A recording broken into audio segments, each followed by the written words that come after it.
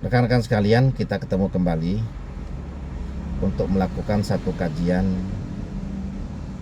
yang berkaitan dengan ide dan gagasan kita supaya bisa ikut aktif berpolitik secara aktif dalam konteks kita sebagai kelompok yang ada dalam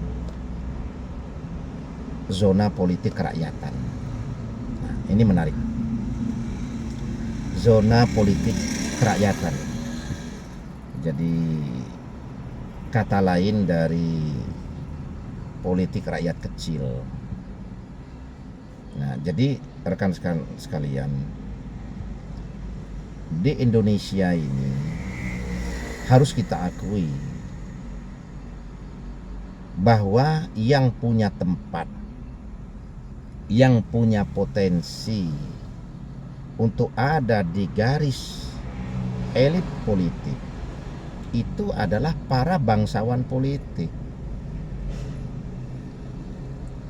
Dominasi praktek politik secara kultural dengan mengedepankan ketokohan, baik ketokohan yang ada saat ini maupun ketokohan yang ada di belakangnya. Nah, ini yang mendominasi. Ada potensi-potensi dengan persentasi yang lebih kecil, di mana konsep secara sistem yang tidak mengedepankan ketokohan dan kultural ini juga punya tempat, tetapi persentasinya kecil. Nah, ini yang sering menjadi pertanyaan kita bersama. Bagaimana kita yang ada di dalam zona politik kerakyatan mampu memberikan kontribusi secara produktif, mampu memberikan kontribusi secara aktif dalam proses bernegara, sehingga akan memberikan solusi yang taktis juga kepada para penguasa.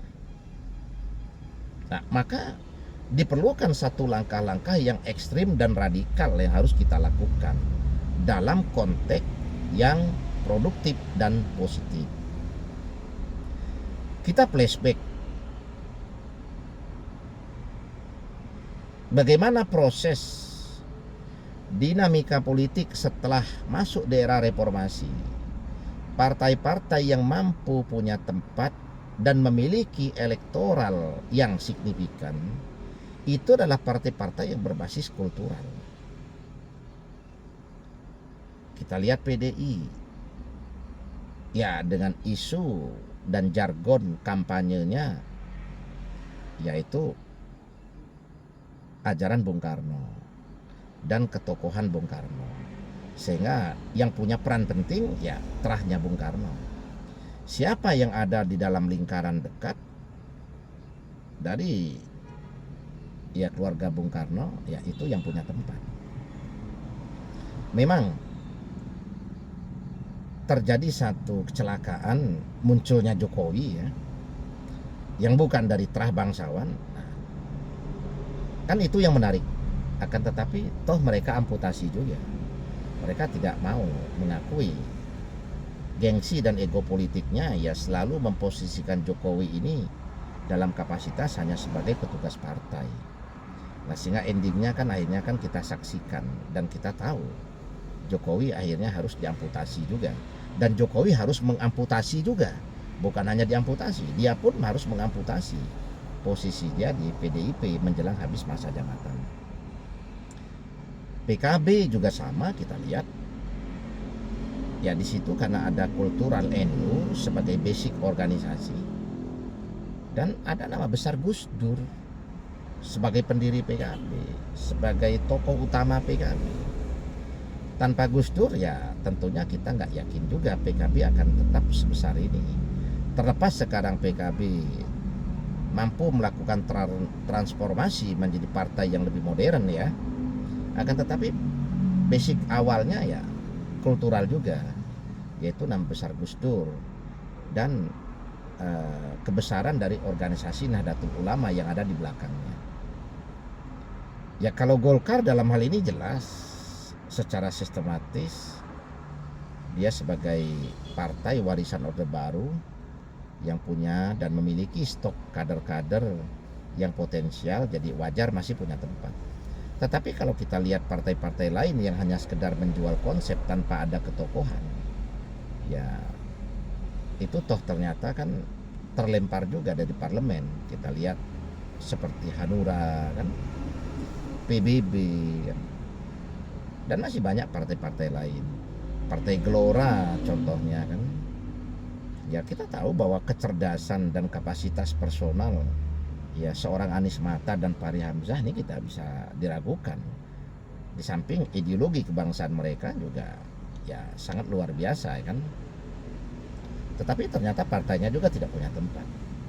Nah, jadi rekan-rekan sekalian, lalu bagaimana posisi kita yang ada dalam zona politik kerakyatan? Kita nggak mungkin akan ada di dalam zona bangsawan dan elit politik, dan kita nggak mungkin akan berada di dalam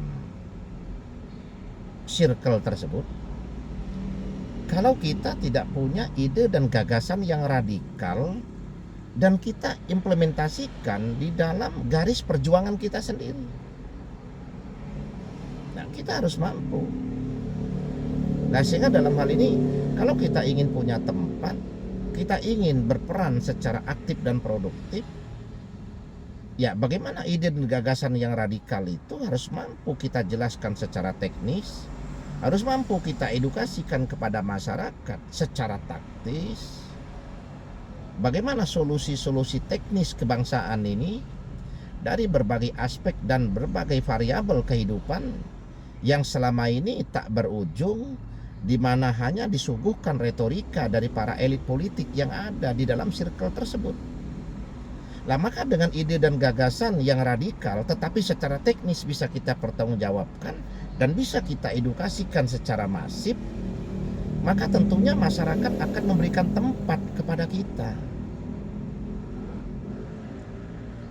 Maka masyarakat akan lebih cerdas dan lebih kritis, sehingga tidak bisa lagi nanti bahwa capital cost yang besar sehingga demokrasi ini menjadi demokrasi kapital yang menentukan arah bangsa ini, nggak bisa lagi.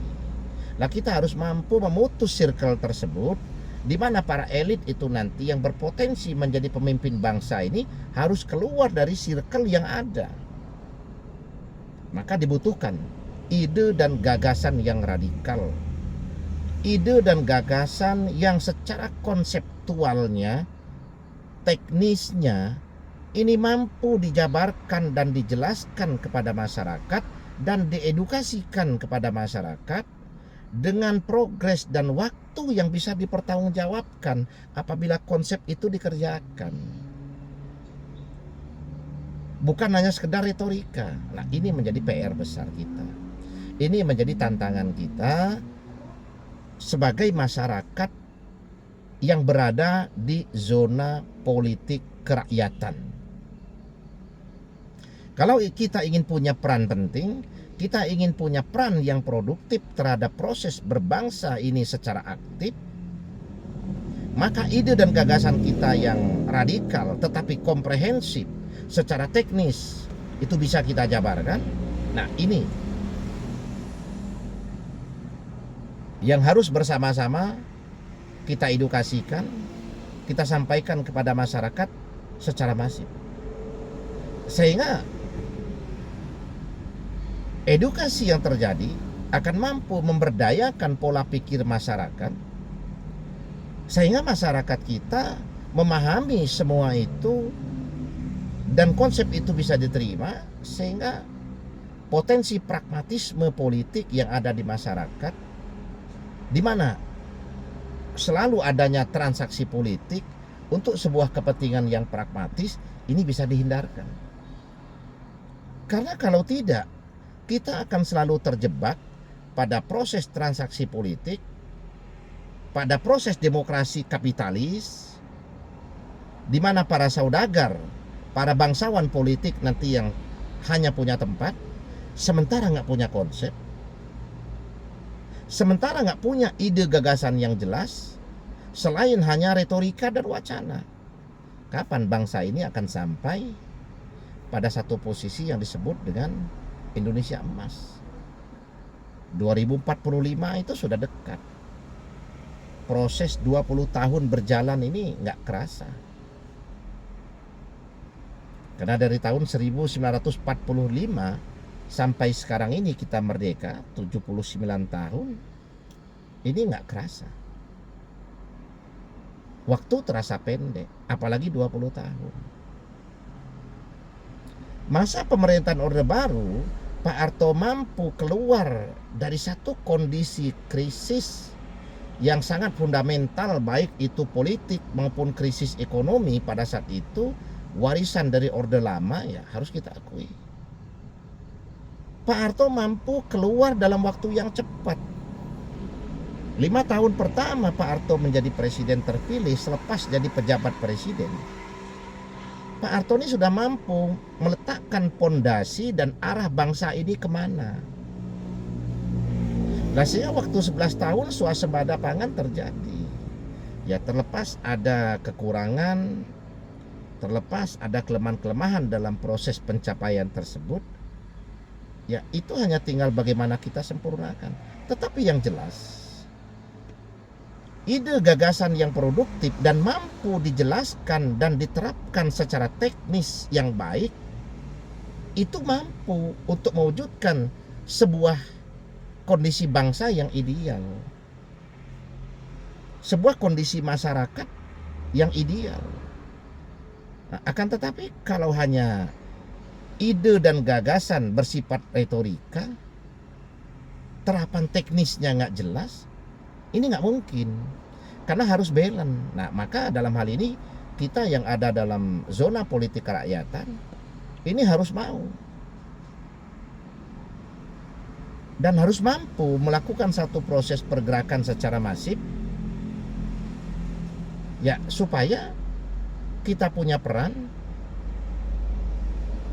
supaya peran kita itu produktif, dan supaya kondisi masyarakat kita berubah. Nah, maka rekan-rekan sekalian, dalam hal ini saya memang masih berada pada dalam satu tahapan bagaimana menyusun sebuah konsep taktis yang menjadi solusi bangsa. Nah, dan itu nanti akan kita share, akan kita diskusikan, sehingga kalau kita perlu harus membangun sebuah kekuatan politik, sebuah kekuatan organisasi, supaya solusi-solusi taktis ini bisa kita edukasikan dan bisa kita terapkan kepada masyarakat kita, ya maka itu harus kita lakukan. Dan tentunya kita tidak bisa hanya seorang diri, ya kita membutuhkan kerjasama, teamwork yang bagus, kita membutuhkan kerjasama tim sesama kader anak bangsa yang punya komitmen dan produktif. Nah, sehingga kalaupun kita tidak masuk di dalam pemangku kekuasaan, akan tetapi ide dan gagasan kita ini karena ada dalam sebuah ruang lingkup organisasi yang punya kekuatan untuk menekan supaya ide gagasan itu diterima dan didengarkan, ya tentunya itu sebuah prestasi dan keberhasilan yang kita harapkan, karena endingnya adalah bagaimana rakyat ini mampu tersejahterakan, bagaimana rakyat ini mampu ditempatkan dalam posisi yang strategis, yaitu di dalam politik kebangsaan, bukan hanya sebagai kanibalisme dari penguasa untuk mengamankan kepentingan kekuasaannya. Nah, jadi rekan-rekan, seperti itulah yang menjadi visi kita sebagai anak bangsa yang ada di dalam zona politik kerakyatan kalau ingin berperan secara aktif dan produktif dalam proses berbangsa dan bernegara di negara kita tercinta. Terima kasih.